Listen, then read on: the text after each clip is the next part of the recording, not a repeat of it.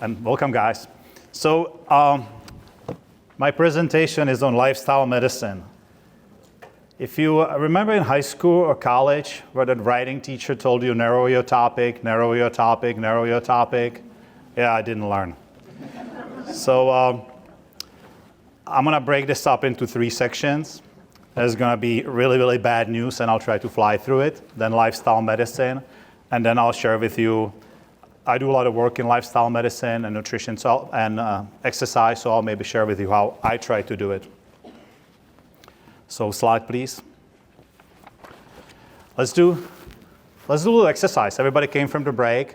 It won't be any sophisticated breathing, but let's just can we all take a breath and just kind of breathe in through your nose.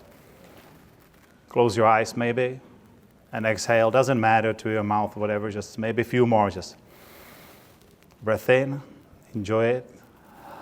Breath out. All right, cool. We'll get back to that later. There's a point to this.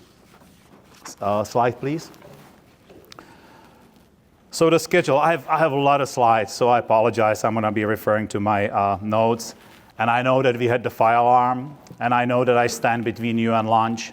So I will definitely try to finish on time, even if I have to finish, mid-sentence. Someone asked me recently, who is my audience for these different presentations? And actually, I have a little really amateur YouTube channel. And I thought about it even years ago. And my audience is a sort of single dad, somebody who maybe ended up with 2 kids. And he's thinking, he's got his own ways. He's a good old guy. And he's sort of thinking, I want to do the right things for my kids. I want them to be healthy. And maybe because I'm leaving this world for them, I want to do something right for the environment, but he's not really going to be any kind of advocate. Can you kind of imagine this guy? And when I say single dad, I have, remember the Hurt Locker?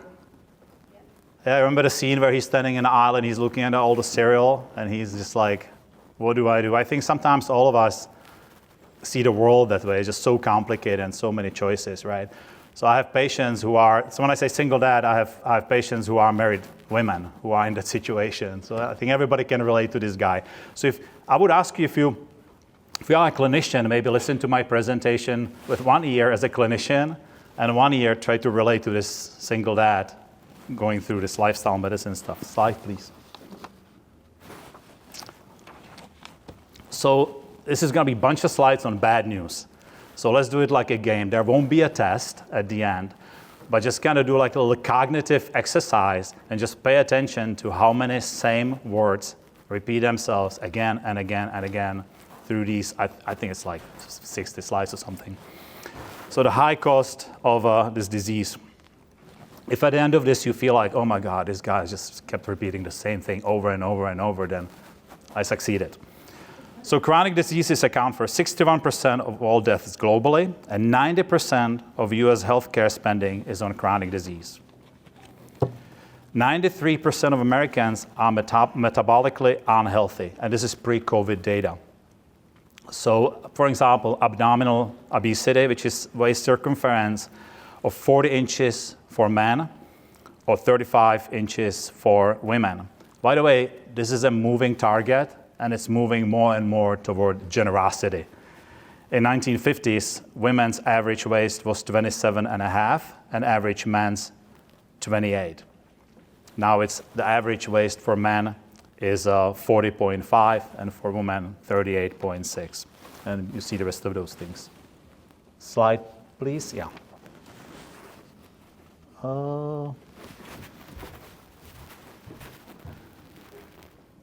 Next slide, please.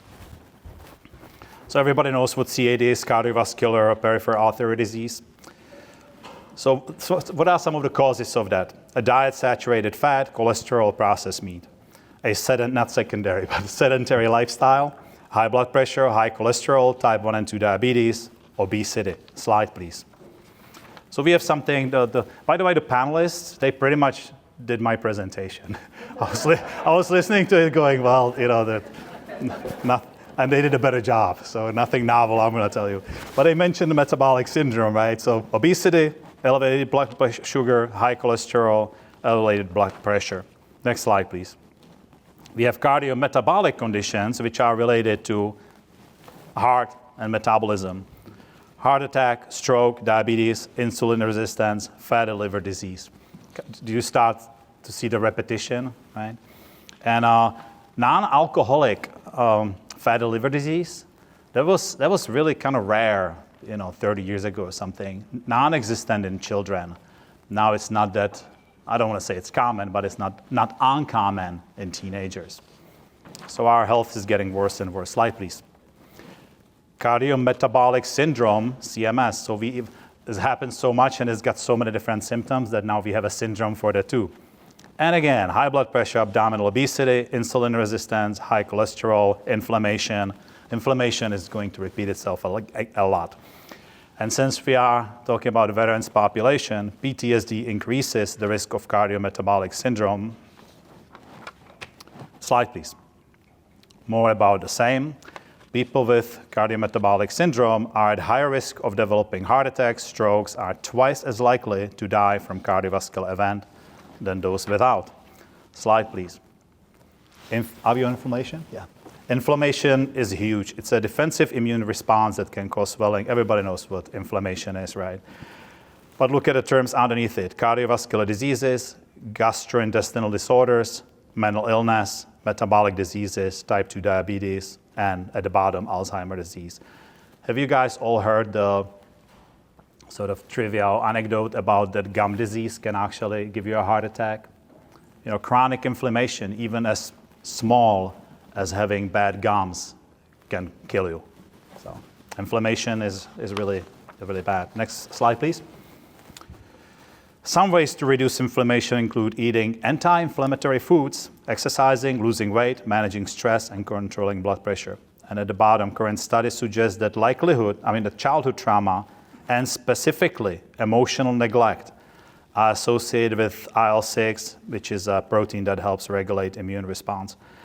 At midlife, specifically among males, high IL-6 is associated with poor outcomes for cancer, COVID, and arthritis, and other things. Slide, please. Now we have more bad news. Outside factors on health.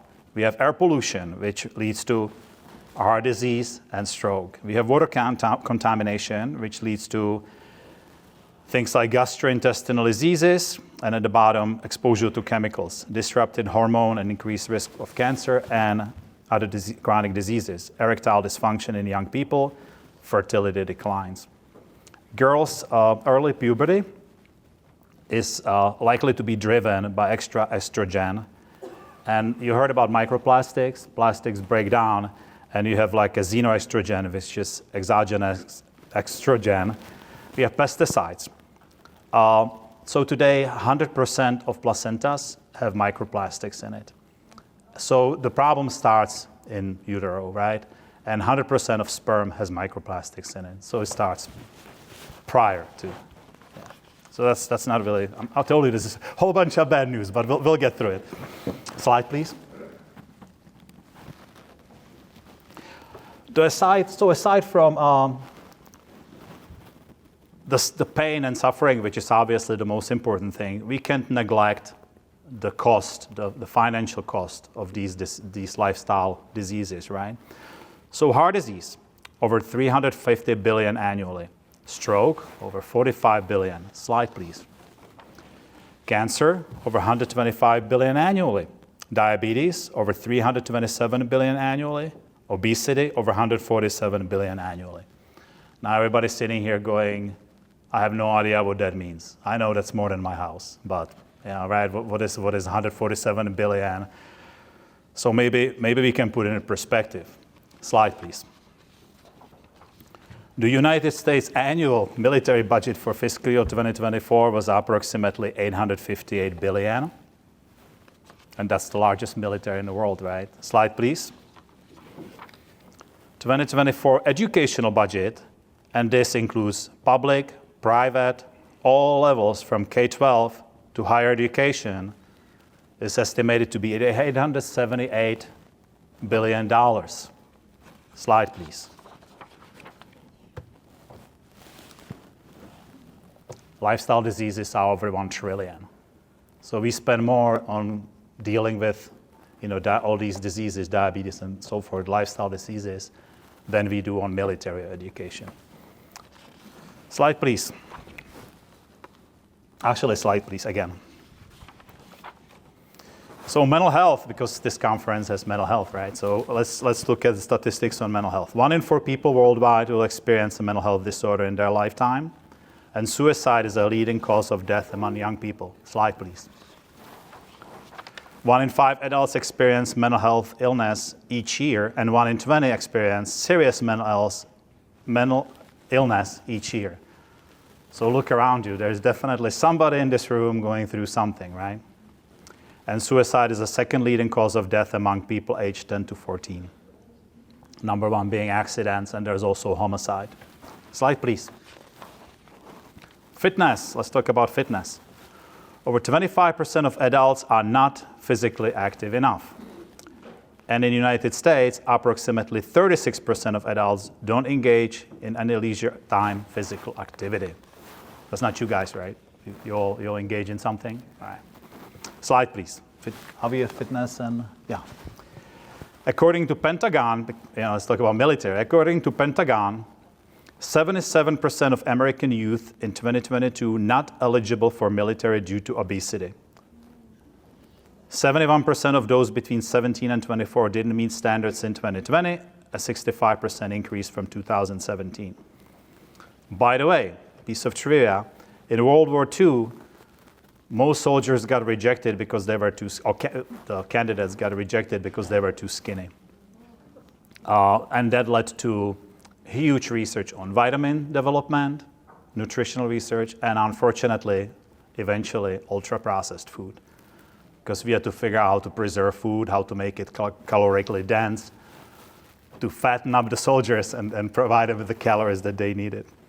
So average recruit in the Second World War was 5'8" and 144 pounds. And back to the statistics about today, right? Slide, please. Lack of fitness leads to, we're still playing the repetition game. Heart disease, stroke, type 2 diabetes, obesity, and certain type of cancer. Slide, please. I have a lot here on spiritual life, being one of the themes of the conference, right? The spirit. So what is it? And anytime you say the word spiritual, it becomes kind of like, and I myself am guilty of it. When somebody says that word, it's kind of like, oh, where is this going, right? So we'll have a couple of different definitions as we go. A spiritual life is a personal journey of seeking meaning, purpose, and connection beyond material world. I think everybody can live with that, right? It involves exploring questions about existence, values, and one place in the universe. I'll have much, much more later about spirituality. So spiritual life includes connection, inner peace, personal growth, ethical and moral values, meaning and purpose. Inner peace is really interesting. There's the word, I just wanted to make a little sound, contentment. Do you see that word there at the end of the line? Right? Inner peace, calm and contentment. Contentment, and this is totally just a sidebar, I'm going on a tangent here. I have ADHD. We live in such a crazy, stressful life. I've had more than one. I've had enough patients in my career that I actually remember say something along the lines of, I want to get out of this marriage. I want to leave my husband because I just feel I'm too content. It's kind of weird, right? And maybe it sounds strange when I'm saying it to you here, but people, we live in such a high stress world that contentment can actually seem strange, or we start translating into boring or whatever. Slide, please. Effects of lack of spiritual life. Emotional and psychological effects, behavioral effects, physical effects. And under physical effects, what do we see? Chronic diseases and weakened immune system. Slide, please. Loneliness, more bad news. We're still playing that game. Mental health, physical health, cardiovascular health as a result, or lack of cardiovascular health as a result of loneliness. Immune function. Loneliness has effect on our immunity. Weakened immune system, and then cognitive function. We learned a lot about loneliness from COVID, right? I think kids who were in elementary schools and high schools are still paying consequences today of that lack of social interaction. Slide, please. Also, behavioral and lifestyle effects, quality of life, social and economic impact. Slide, please. Sex. Hey, I'm a psychologist, so we have to talk about sex. So yeah, you can read it as I go. So boys prefer, I think it says porn. Boys will actually, there's a research that shows that boys today will prefer masturbation to sex. And that's okay? That's weird. And why would that be? Because in order to have sex, they would have to go and talk to a girl, right? They would have to say like, hey, you come here often, or whatever. So boys will find that so challenging and so difficult that porn, masturbation, something is just much easier. And decline in sex, interest in sex until 35. That's mind-boggling. When they were asked if they'd give up sex or social media, most would give up sex. I'm so tempted to do that poll right here, but no, I'm not gonna do it. You guys have your privacy. And then we have lower sperm count due to diets, pollution, etc. Clear connection between microplastics and fertility. I mentioned those microplastics early. And there's a huge increase in erectile dysfunction, which a lot of times has to do with high blood pressure, high cholesterol, diabetes, heart disease, obesity, depression, anxiety, stress, etc. Repetition, same words again and again and again, right? And finally, nutrition. Oh, slide, please. I'm sorry. Nutrition. That's my personal favorite. Right after sex, there. So we are going to introduce a new term into this presentation to repeat again and again and again, and that is Standard American Diet, otherwise known as SAD, which is high in processed foods, high in added sugars, high in unhealthy fats. And yeah, they talked about it in the previous presentation. And somebody had a question. I walked out and walked back about like cost of a healthy diet and everything. You can ask that question again. I'll be happy to address that later. Slide, please. So nutrition. Oh, by the way, ham, hot dogs, bacon, sausage, talking about ultra-processed food, everybody's favorites. The World Health Organization classified processed meat as Group 1 carcinogen back in 2015. That makes it on par with tobacco and asbestos. And red meat, beef, pork, lamb, as a group 2A, probably carcinogenic to humans. But look at what nutrition affects. Increased risk of chronic diseases, cardiovascular disease, diabetes, obesity, and at the bottom, digestive issues. Slide, please. So lifestyle medicine is really nothing new, right? Hippocrates was talking about all diseases start with the gut. There's so much more research coming out literally every day about the microbiome, about stomach, about the connection between stomach and brain. So there are over 18,000 research papers on gut-brain alone in PubMed, but that was last week, so there's way more today. There are 10 to 15 more neuronal connections between gut to brain than brain to gut. So think about it for a while, how much your stomach actually affects your brain and therefore your behavior, etc. There are 10 trillion cells in human body. That's a lot. I don't have a comparison to a budget. But there are 100 trillion bacteria in the gut, plus viruses and parasites. So there is much more living in us than there is us. I don't know if that sentence made sense. Okay. Slide, please. So microbiome is becoming really, really important thing. The signals from the body reflect our emotional reactions. For example, stress and depression raise consumption of sugar and fat, subsequently going back, altering the microbiome, right? And studies show that eating plant-based diet, leafy greens and berries, improve microbiome and microbiome brain communication to improve psychiatric symptoms. As a side note, there is really almost no research about how much negative thoughts, because we are talking about mind and spirit, right? How much negative thought, we do self-talk, kind of like, oh, I suck, this presentation. So how much negative thoughts affect our body and our microbiome.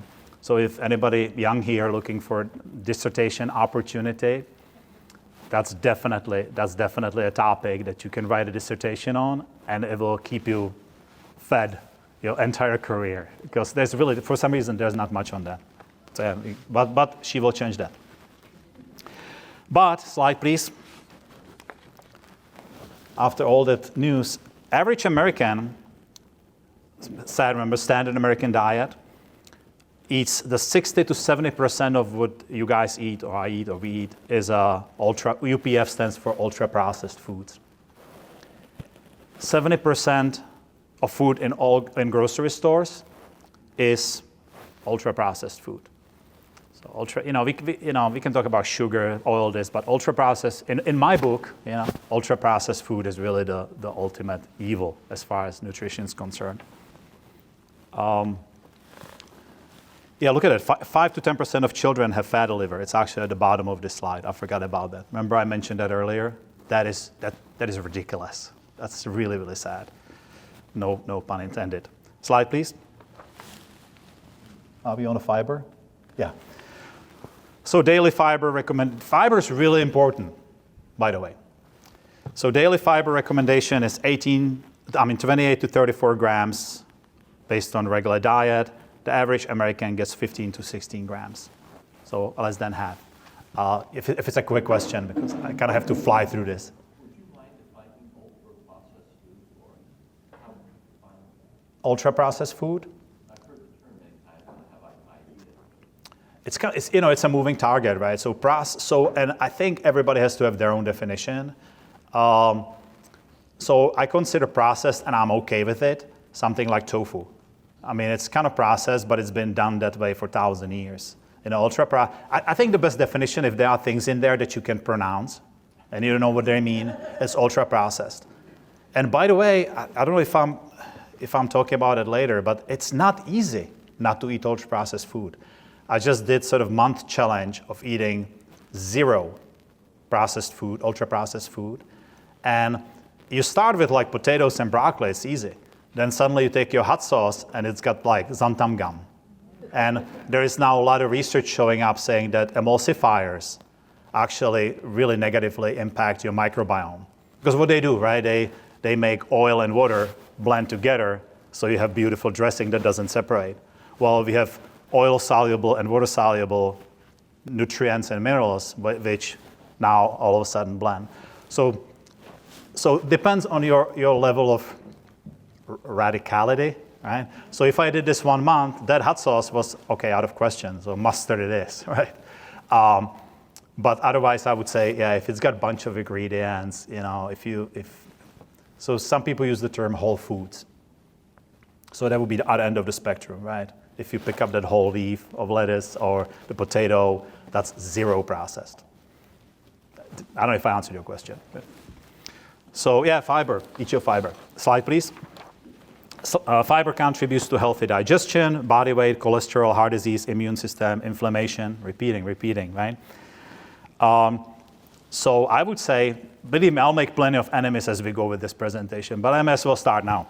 So this would make pretty good argument against carnivore diets. Slide, please. And addiction. Substance use disorder, I kind of have to fly through all these. 9.7 million Americans have substance abuse disorder. Alcohol use. 1 in 6 adults in the US binge drinks. So again, probably somebody drunk here, right? Oh, look at everybody kind of looking like, I'm looking at these statistics, somebody's been drinking. And addiction is linked to a range of chronic health conditions. That's the main point at the bottom. Slide, please. Family impact, nearly 1 in 5 children in the US live in a household where a parent or other adult has a substance use disorder. So I don't know, sometimes I read the statistics, I'm like, really? That seems so weird. Like, how many people do you, and then I talk to my patients, and maybe it doesn't sound as weird, but access to treatment still remains a challenge, and treatment is highly effective when you get it. Slide, please. We'll just go all the way to the bottom here, chronic diseases, making point. I'm just making point about a repetition, right? You guys understand where I'm going with this? Slide, please. Treatment and access. Access to treatment varies widely, so it depends on which country you live. Slide, please. Are we on media addiction? Wow, these guys are good. Thank you. Social media. We can do a whole presentation on that, right? So 84% of those aged 18 through 29 use social media. I would think it's more than that. And time spent is 2.5 hours per day on social media platforms. Is that your experience? Mine is much higher, much, much higher. And maybe it's because I do a lot of work with bariatric population, and maybe that's a more sedentary population. But it's not unusual for somebody to tell me they spend 6 to 7 hours on social media, plus 1.5 hours watching TV.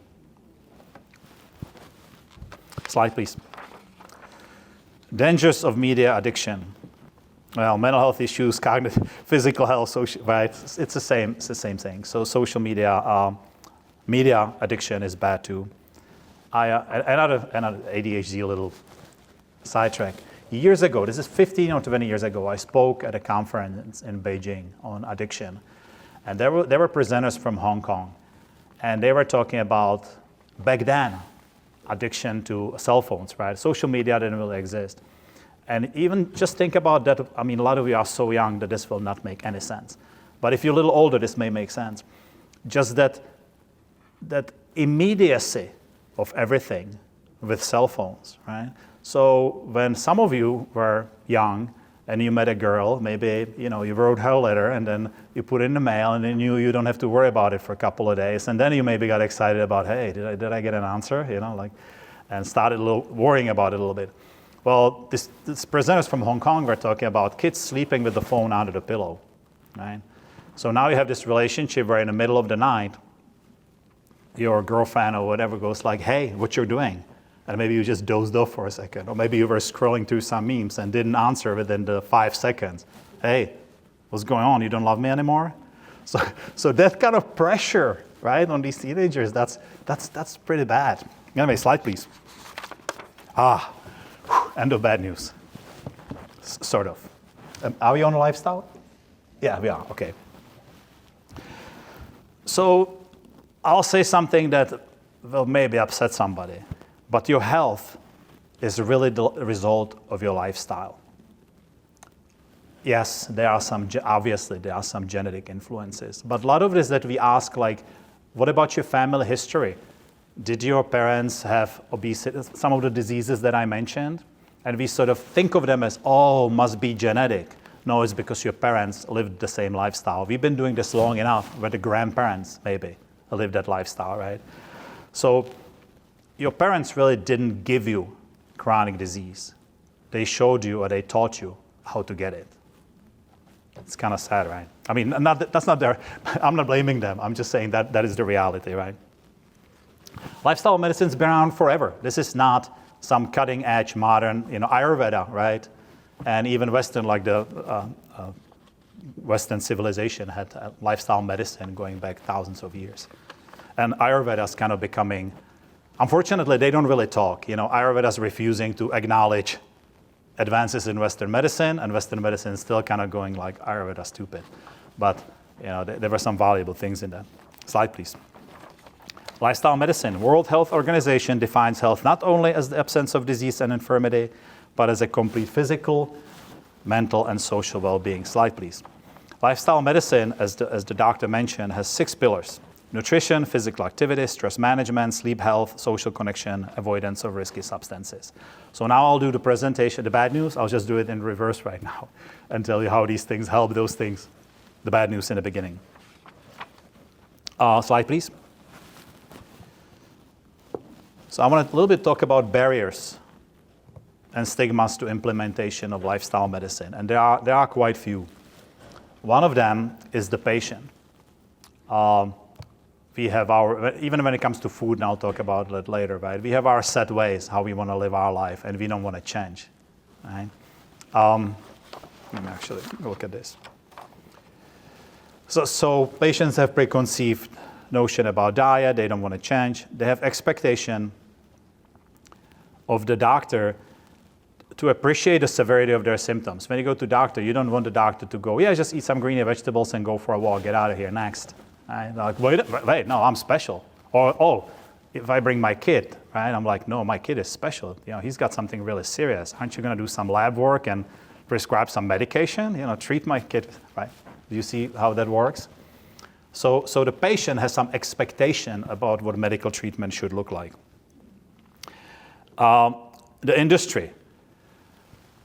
I don't even know how far I want to go with that. That's a whole entire presentation. The industry is just so terrible, right? There's a fake research. There's cherry picking research. There is misquoted research.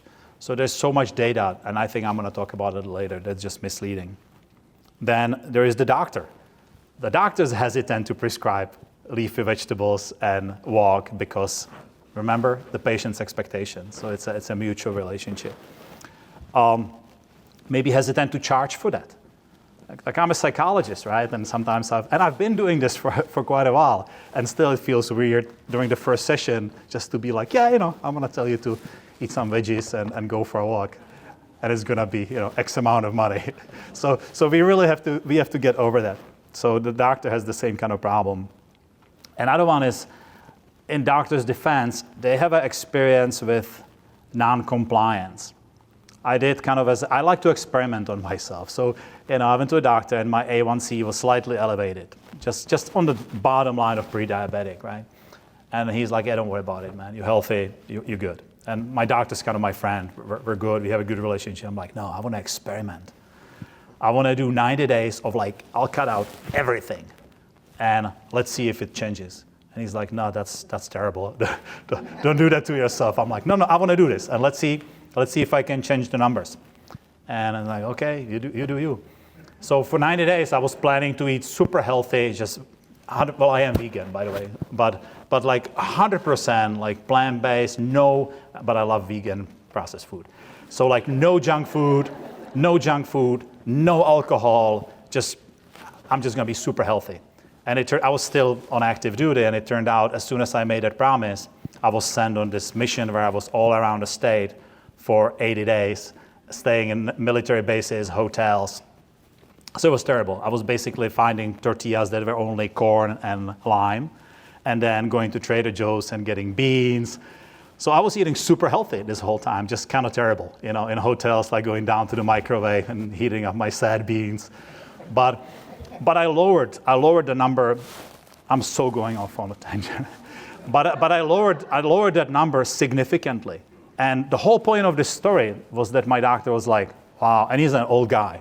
He was like, wow, I had maybe 2 people in my entire career that changed only through modifying their lifestyle, right? So if you are a doctor and you know that, you can go like, yeah, go out there, be healthy, see you in 3 months. But then the patient may be dead. Well, the doctor knows that if they write this prescription, at least it's not the best solution, but it'll save the patient's life, right? So like, let's say for something for diabetes, and that's unfortunate, but I hope it makes sense. So because I don't want to demonize, I don't want to get into that like, oh, doctors are terrible, they write prescriptions and we should be eating greens. Sometimes that's really just, again, it's a system. And then a lot of times doctors don't have time to discuss lifestyle medicine, right? 15-minute appointment, how you doing? Medication working, fantastic, see you in 3 months, next. So those are these 3. There are 2 more, because when we are on doctors, there are 2 more doctors that are really, really damaging. And there's Dr. Google. So I have to say, just because, you know, somebody says something online with confidence doesn't mean that they are right, or even that they know what they're talking about. And the industry, right, there's so much really bad research. Cherry-picked, all that I mentioned, cherry-picked research, and it's just repeated on the internet. And if somebody has vested interest in making their research some powerful lobby, then they can push it to saturate the internet. So Dr. Google. There's even worse one. than Dr. Google, and that's Dr. YouTube. You got to be really careful.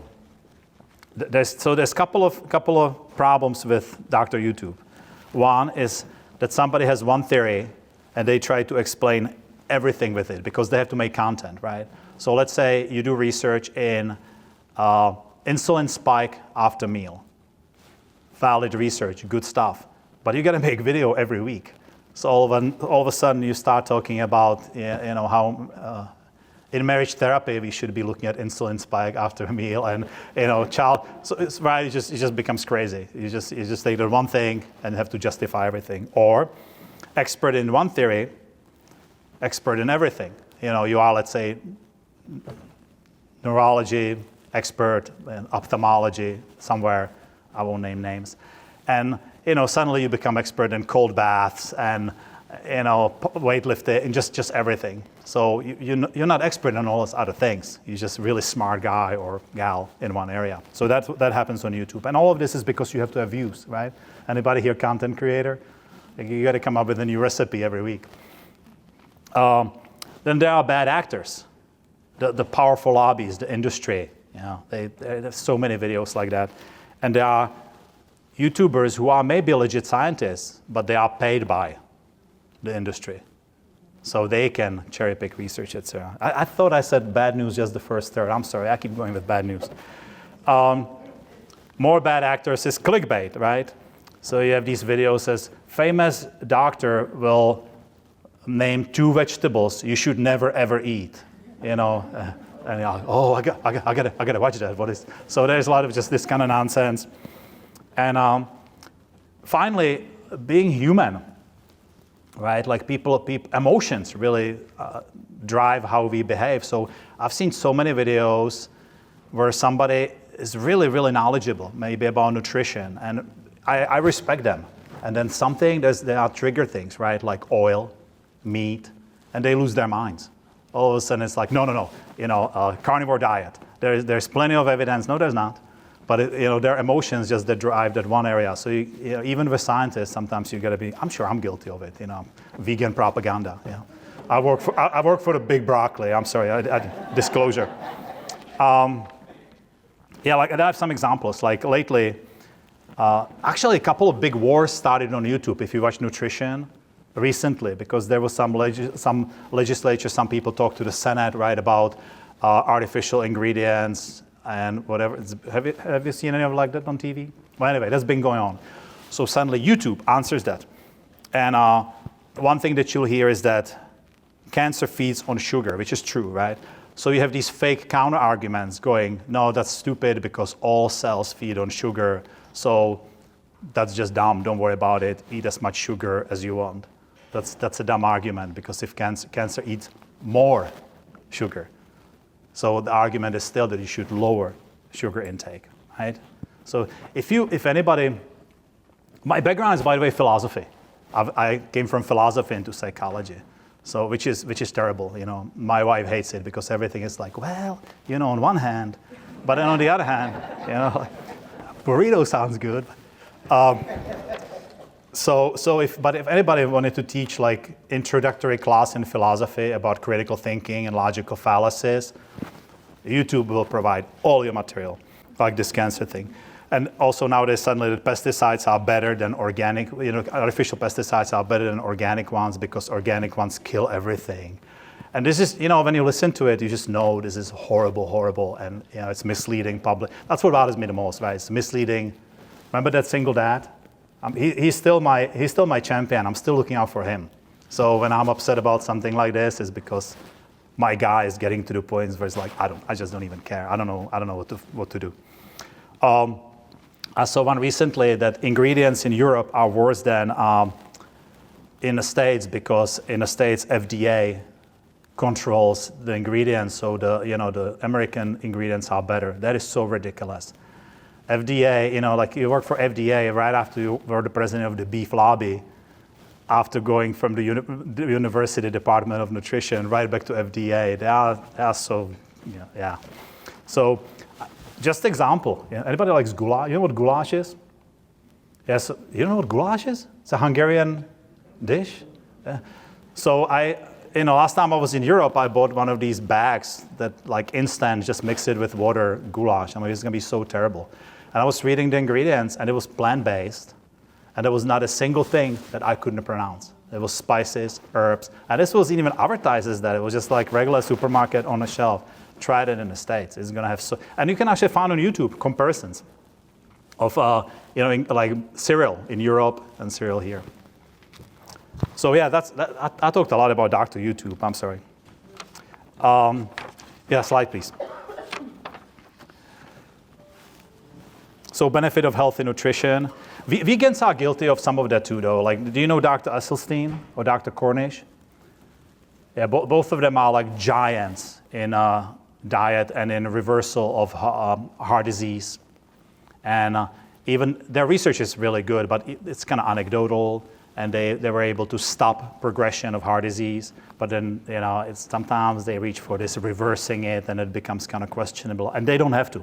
The evidence that plant-based diet stops heart disease or slows heart disease, it's unquestionable. There's so much of that out there. So yeah, benefits of healthy nutrition: enhanced mental health, boosted immune system, better digestion. Remember those bad things in the beginning? Slide, please. Better weight management, reduce risk of chronic diseases. Slide, please. Let's get rid of it. Slide, please. I'll get to dieting. Benefits of physical. Is it benefits of physical? Yeah. Look at the first one. Improve cardiovascular health. I could make a whole presentation just about that. Better weight management and boosted mental health. Simple exercise, really, just going for a walk, whatever, is really beneficial. Slide, please. Sleep quality. Oh yeah, we'll get to sleep too. Immune system. Well, the lady talked about, the doctor, remember, she talked about sleep. Sleep quality, immune system, stress management, and social connections. Just 150 minutes of physical activity a week will lower risk of heart disease by 20%, risk of breast cancer by 30 to 50%. And risk of Alzheimer's by 45%. Alzheimer's, we know more and more that it's a lifestyle disease rather than nothing I can do, my dad had it, right? Slide, please. Stress, yeah, pillar number 3. So stress is huge. Anxiety and depression, cardiovascular health, immune system, sleep. How many people are clinicians here? So yeah, a lot of people. So I think the whole point is, maybe I can't convince you to start practicing lifestyle medicine, and maybe a physician who can't. Maybe you specialize in something. But talk to your patients about these things. Look at their stress level and maybe refer them to somebody, right? But these things are super important, so at least ask. Include them in your intake or something. Slide, please. Stress, continued. Physical health, gastrointestinal issues, obesity. Slide, please. So benefits of stress management obviously would be mental health, enhanced physical health, heart disease, hypertension, gastrointestinal problems. Is this starting to kind of pop up, how some of these words, I'm just saying the same thing again and again and again? Yeah, good. No? Slide, please. Am I on improved cognitive function?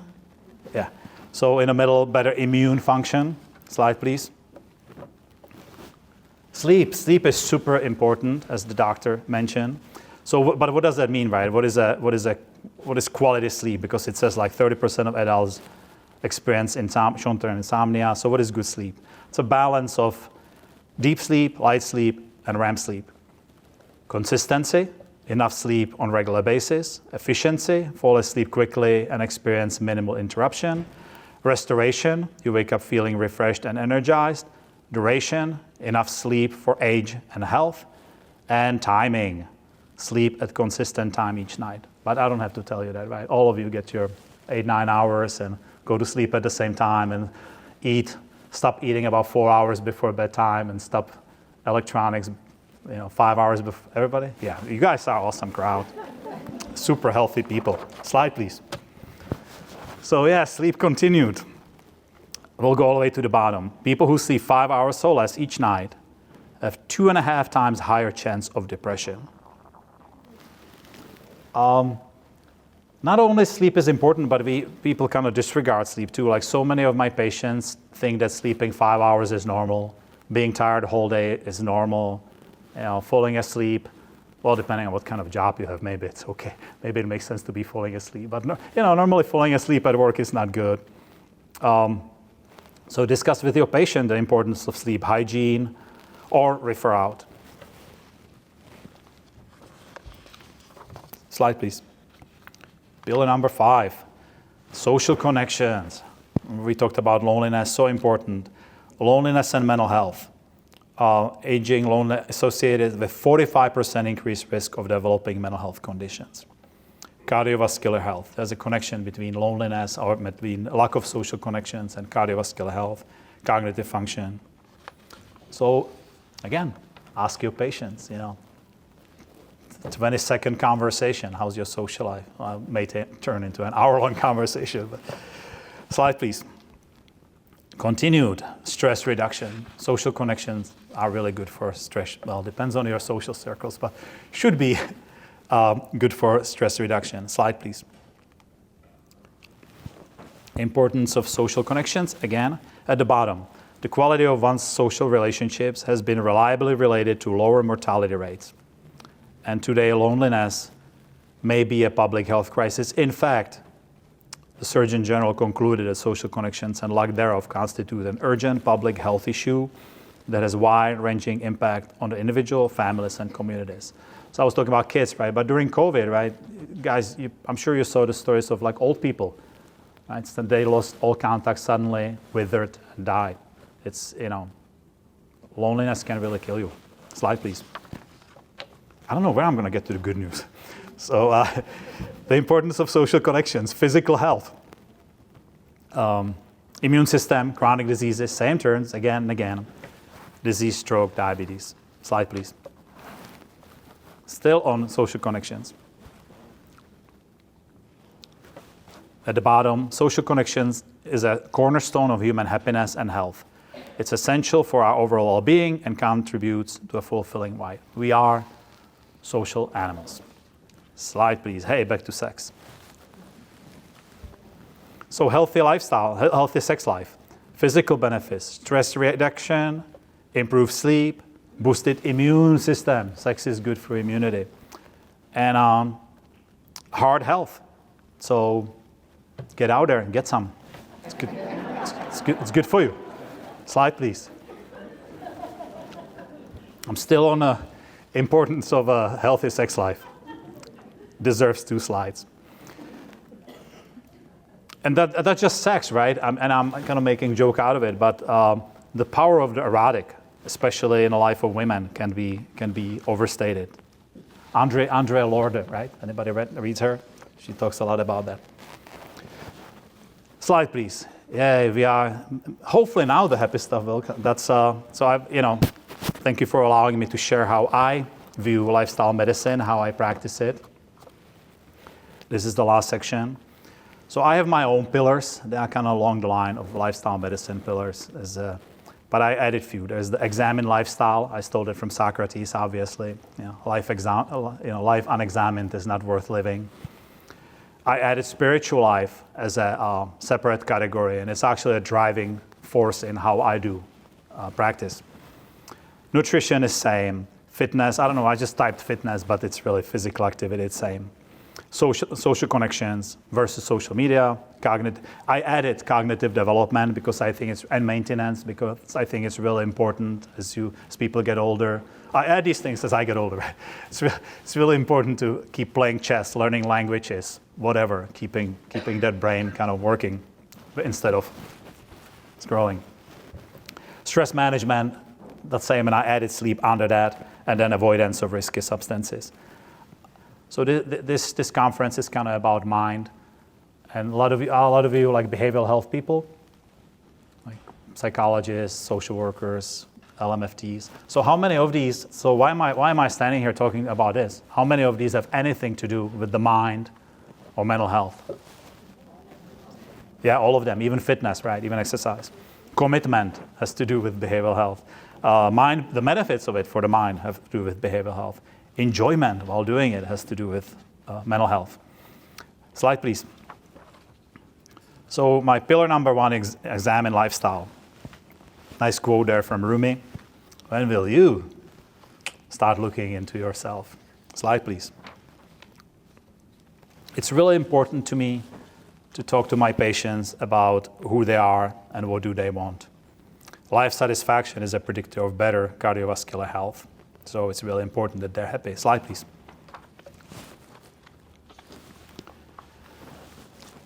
Why is it important to me? Well, first of all, because I have the background in philosophy, so I can help myself. But also, patients come to, the lifestyle medicine is pretty easy when you think about it, right? Like, go eat some vegetables, whatever. But are you doing any justice to your patients just telling them that? People don't want to change. People come to therapy telling you that they want to change, but what they really want is for you to make them feel better or become more effective neurotic. So the stated goal may be to lose weight, and indeed they want to be skinny, but they don't want to change their behavior. They want to get skinny, not become a skinny person, not be that person, right? Yeah, I hope that makes sense. In all fairness, sometimes they're just stuck. A lot of therapy that we do is really not that complicated. It's just people are stuck in a relationship, in a rut, at work, whatever, and we just need to help them get unstuck. But first you got to figure out what that is. So I want to talk about their motivation. Do they want to lose weight because of high school reunion? What is the goal? It's being skinny. What is the drive? What makes them do things? What drives them to change behaviors or whatever in life? What's the impetus for change? Why skinny? Why is it so important to be skinny for high school reunion? Yeah, I know, it was just a rhetorical question. And then personality, I'm too lazy to change. Okay, so what am I gonna do? Lifestyle medicine has this same dark characteristics that cognitive behavioral therapy has, or cognitive therapy, and that is that it's easy to fall into this, that whatever goes wrong is patient's fault, right? Like if you do cognitive therapy, here's the 12 sessions, here's the homework, and if you didn't improve, well, that's your fault. You didn't do enough homework. Not me, not the clinician. I told you. So lifestyle medicine, same thing. It's so easy to go, well, I can give you a list of what you need to do, and you'll be healthy. And if you don't do it, not my fault. But hopefully we don't think that way as therapists, right? Hopefully we go like, okay, well, how can I make somebody, well, you can't make them, that's the wrong word. How can you enable them, lead them, whatever term, to make those changes? Side story, even a side story, I can have a side story. So I spent most of my career working in SOF, the special operations community, and for the last 15 years with Army Special Forces. And I do a lot of these recruiting events where we torment the candidates for 2 days and see who maybe is good to go to the Green Beret, the Special Forces training. And so I sort of learned that there are different categories of people. There are the guys that come there and they just don't stand a chance. Like right there doing the first PT or whatever, either they just drop out or we have the conversation with them, or they just don't have it. Or personalities, right? It just comes out after one day, they become like, yeah, you're not, please don't come back, right? Then there are the people who maybe lack the fitness, but they have what it takes. So maybe they need to improve their rock, improve their run, improve their push-ups, whatever, and they can come back and and then there are sort of the studs, right, who are like, yeah, this guy's awesome, he's got everything, he can go. But there is this one category, and it's not uncommon.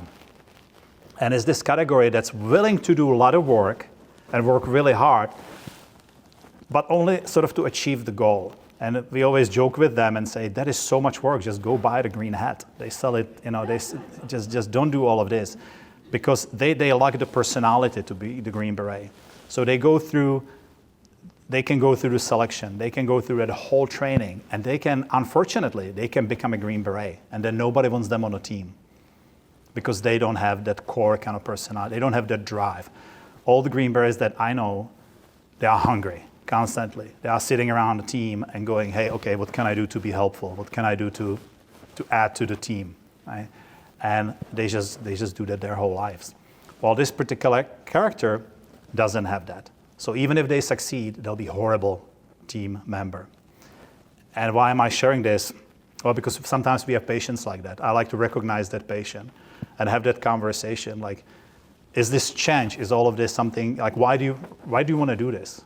You know, do you want to become because you have to be, my bariatric patients, I tell them always, the surgery is just a tool, but you have to rewrite the story of who you are. You have to create your universe, control your destiny. You have to become a different person. And a lot of them are sort of here already like, yeah, well, this is going to be the next thing that's going to fail me. Or, well, the doctors want, I have the best surgeon. I'm going to have this surgery and everything's going to be okay.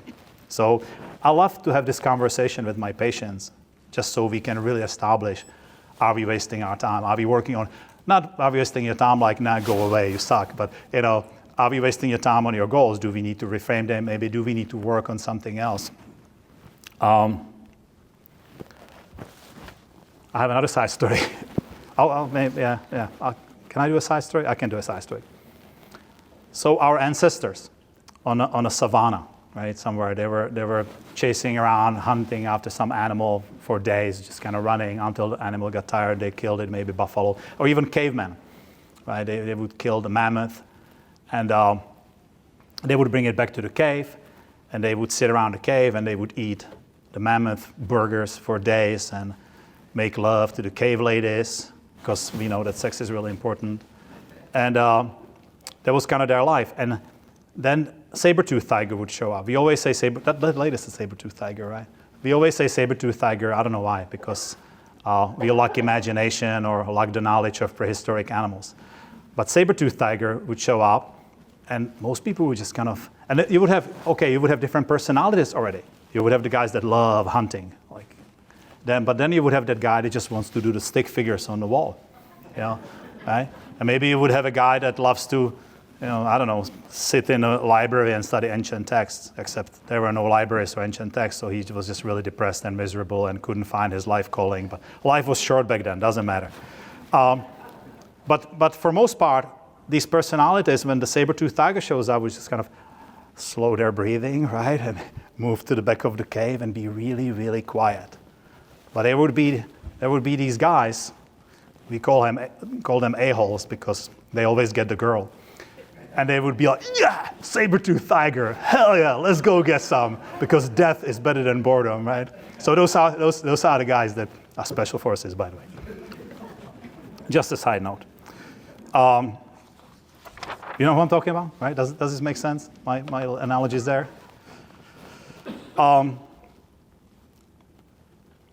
Yeah, so that's enough about them. That's enough about the patients. Slide, please. So I talk to my patients about psychological well-being. So we discuss what is psychological well-being. This is a great, from Carol Riff, this is a great definition.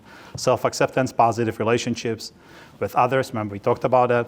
Environmental mastery, purpose in life, personal growth, and autonomy. Slide, please.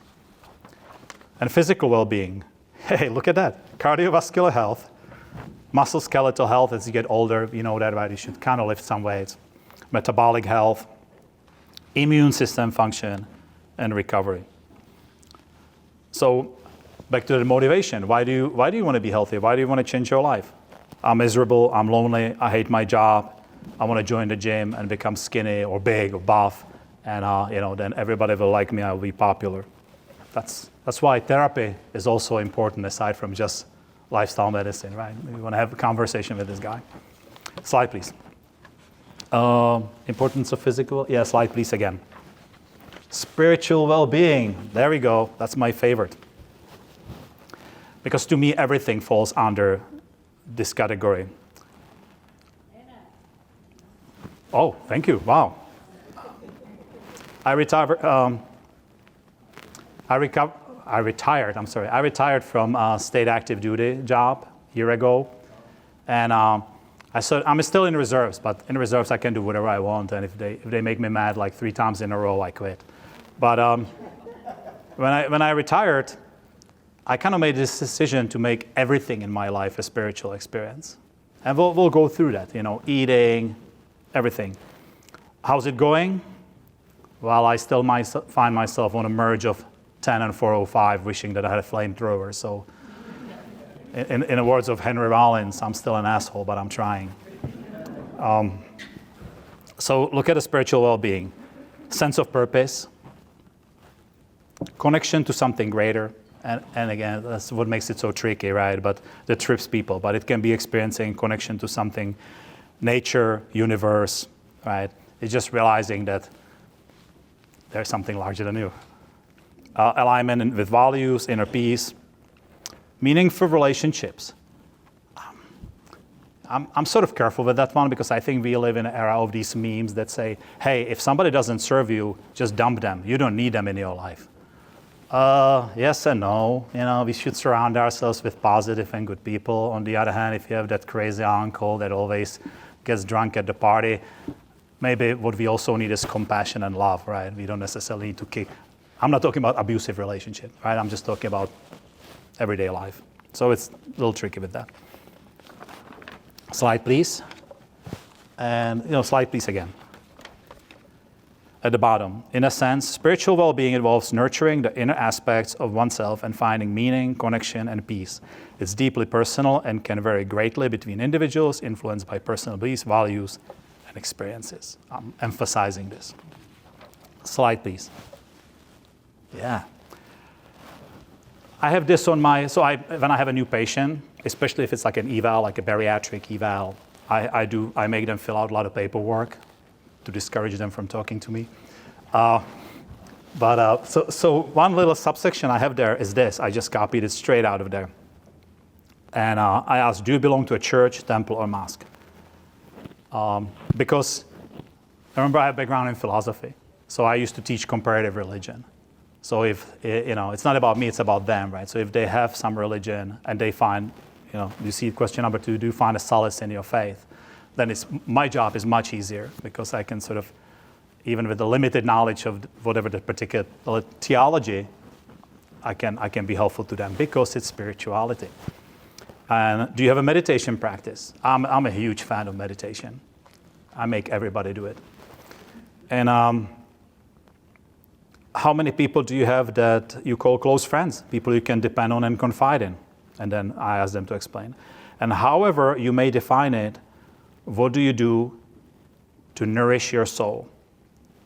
How are we doing on time? 20 minutes? You know what? I'm going to take a sip of water. I'll give you guys like 30 seconds. Just look at the slide and then think about it for yourselves. You don't have to share. It's kind of a little break. Look at the slide. Go through it yourselves. And go like, hey, I'm doing great. I don't need therapy. Or like, oh shit, I'm in trouble. 15? Okay, and we're running out of time.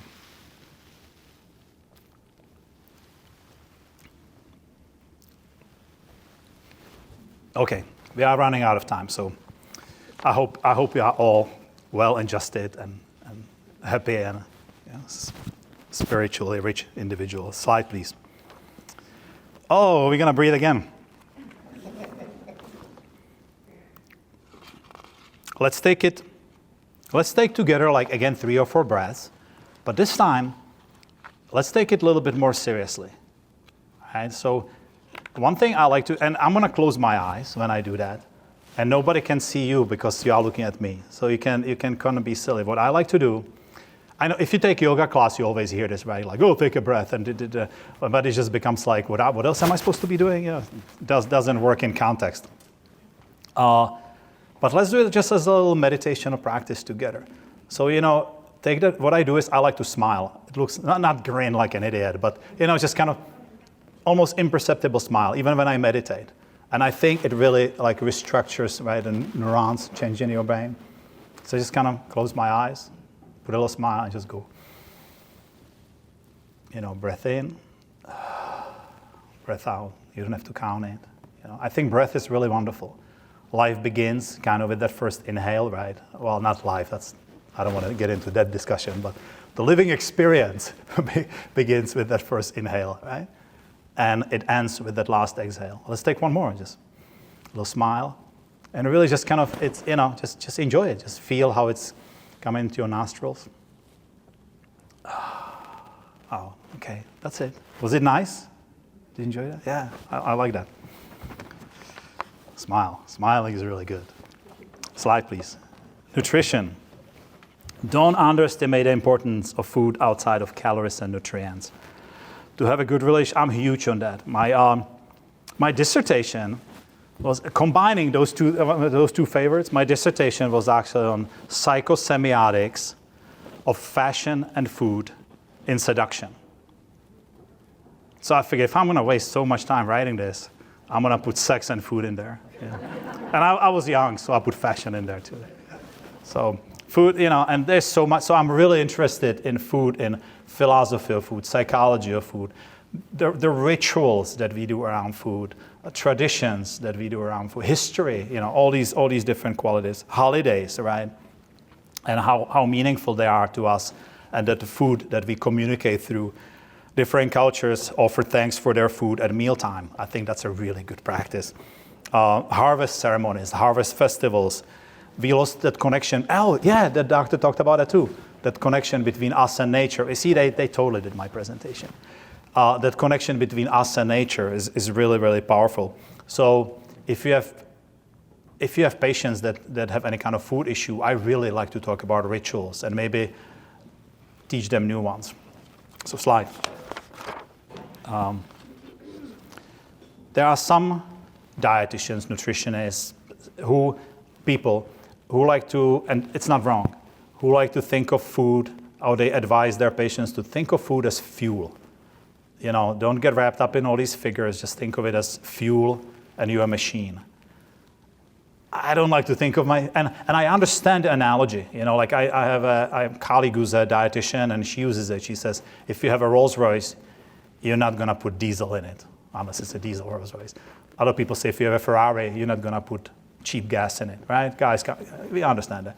But I don't like that. I can work however I want to, right? So I don't like using the machine because machine works for somebody else, right? It's in a service of somebody else. Yeah. So I prefer thinking of food as nourishment. And we get back to that spirituality, right? I like to think of food as possibly a spiritual experience. And you can start talking about when you sit down. Because the previous slide, because I think it's impossible. You cannot be a robot and think, you know what, I'm going to get healthy with food, and I'm just going to think of food as fuel. That will last you between today and Thanksgiving, and it's out the window, right? Because so to me, I like to think of food as nourishment and part of spiritual experience. Slide, please. So the process of attrition begins right now. This is where I'm going to start losing friends around the room. So the first one is number one diet. It's beyond, and the conversation can go forever. Number one diet is really whole food, plant-based. SOS stands for salt, oil, sugar-free, or minimal, or limited, or etc. I'm not trying to talk anybody into being vegan. And I am vegan, so it sounds like I'm biased, but that's just that research is so overwhelming, there's no argument with it. And they actually agreed, right, that panel. But even if you eat meat or whatever, it's really the ultra-processed foods that are the enemy. And we all agree on that, except the companies that make ultra-processed food. Remember that slide about World Health Organization and processed meats? Slide, please. Where are we? Slide, please. Yeah, there. So I want to talk a little bit about nutrition myths and traps. And this is where I'm going to start losing people one by one. Remember I was talking about emotional investment in certain things. So actually I have a write-up on this. I'm going to read. So the National Health Institute spends 5% of its budget on nutritional research, billions and billions on chronic diseases caused by that nutrition. And this is a quote from Harvard T.H. Chang School of Public Health. So a lot of the problems come from, and again, the industry, the YouTube, whatever, a lot of problems, and why my single dad here gets so confused is because of reductionism. In order to make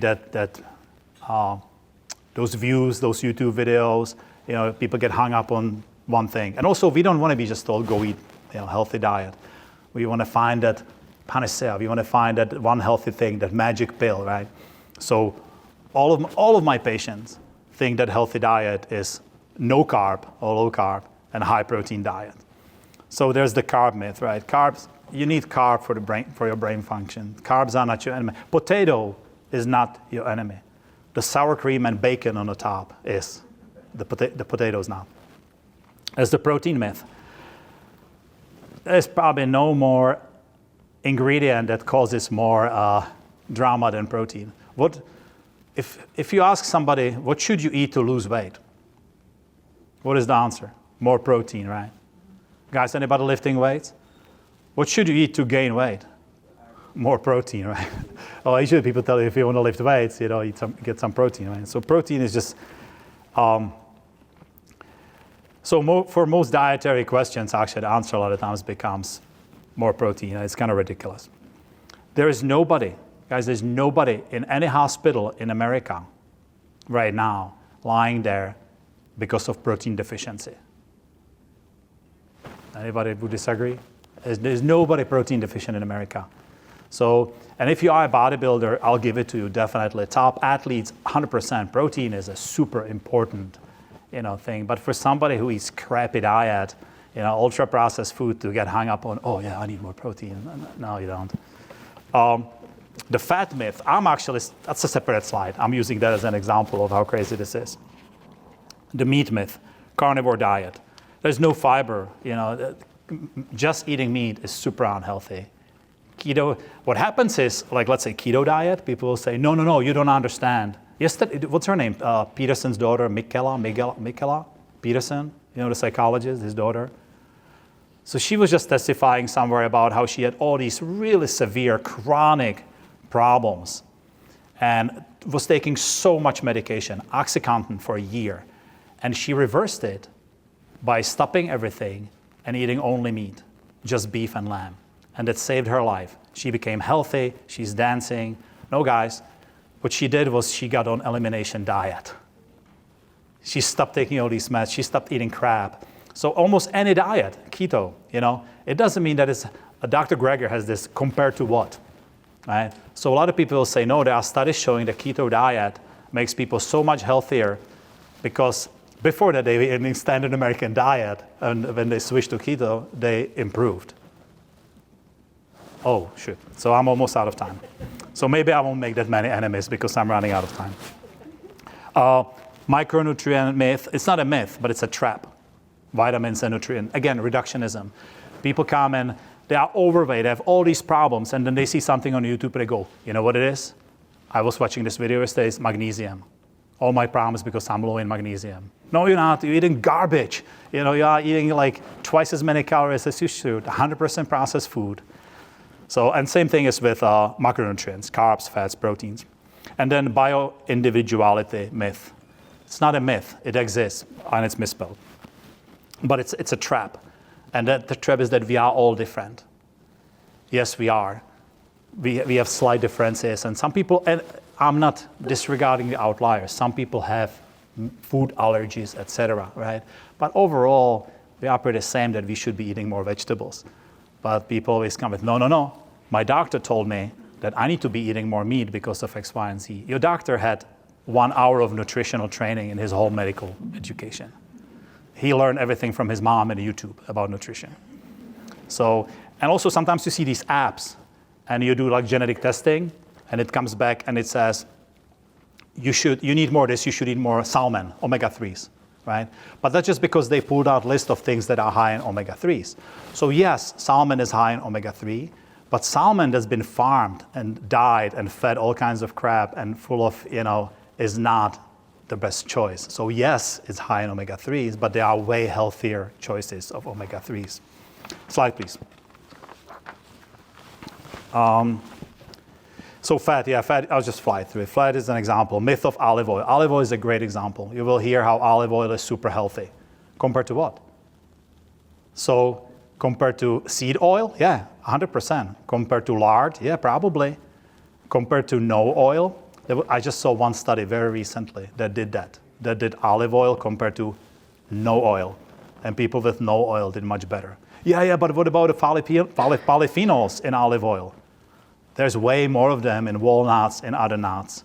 In fact, in one olive, there's an equivalent of the polyphenols that you find in 2.5 tablespoons of olive oil. So average American gets 5 to 6 tablespoons of oil per day. That's 700 calories. So if you are interested in nutrition, 2 most important things are caloric density and nutritional density. Slide, let's just go, I have 5 minutes, right? Less than that? 3 minutes. Whoa, okay. Let's just go through these slides. Daytime spent eating and drinking. Can we get to that? France, people eat 2 hours, 11 minutes per day. Next slide. We do hour and 1 minute. Next slide, dieting, don't. We talked about that. Change your eating habits. Next slide, supplements. I'm torn about supplements. If you're vegan, you should probably get some B12. If you live in a dungeon or London, you should probably get some D. But with everything, I go back to eat healthy food. Then if you have issues, go to doctor and see if you are deficient. If you eat garbage, don't worry about magnesium, Slide, please. Detox.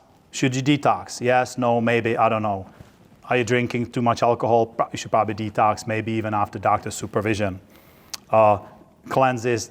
No, don't be sticking anything in your butt, please. Don't do that. Your colon cleans itself every day. Don't. I am a huge fan of 30-day resets. Try that. That's what I just did. It's really hard, but it will teach you. It's an elimination diet in a sense, because you eliminated a bunch of stuff. So then you can introduce it back and you'll know what's been giving you problems. And it's a huge experiment in your own nature, in your own addictions, in your own stuff. For 30 days, really eat just potatoes, broccoli, or rice, brown rice, and salads. Do not add anything that's got any artificial ingredient. It is so hard. But you will lose weight. You will improve all your biological markers. And you will learn a lot about yourselves. And it will make that argument, but much harder. Slide, please. Learn to cook. Remember that, I'm telling you, they did my whole presentation. Throughout history, people paid close attention to food preparation. Then for economic reasons, political reasons, women stopped cooking, right? They went to workforce. And now, advertisers took advantage of that. 1 minute meal. Why would you be slaving in the kitchen? Just put this in a microwave, problem solved. And now, people take this pride. I ask men, do you cook? I don't cook, I'm a man. So I don't even know how to heat up water, because that's how badass I am. And then women sometimes get offended. Do you know how to cook? Oh, are you implying because I'm a woman I should be in the kitchen? And that's terrible. We should all be in the kitchen with our kids. We should take ownership again of our food and our nutrition. So it's time to get back in the kitchen.